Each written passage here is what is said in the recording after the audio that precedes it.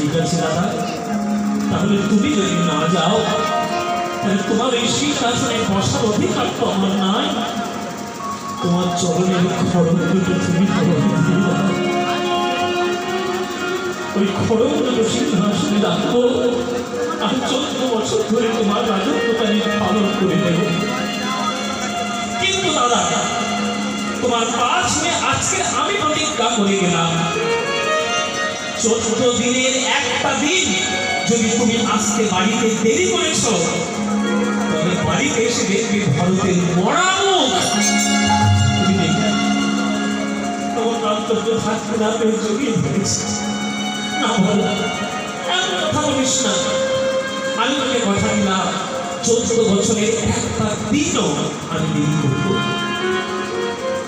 মায়েরা, বাবারা, 14 বছর বনবাস থেকে রামচন্দ্র যা কষ্ট পেয়েছে তার 100 গুণ বেশি কষ্ট পেয়েছে ভরত নিজের বাড়ি থেকে।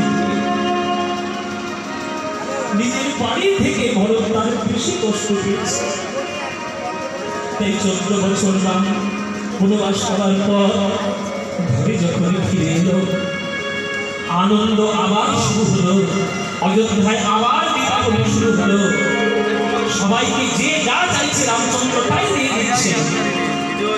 দূরে দাঁড়িয়েছিল ভরত।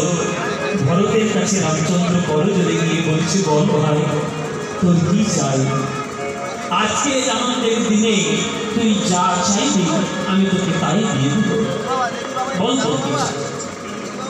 তখন ভরত বলছে, দাদা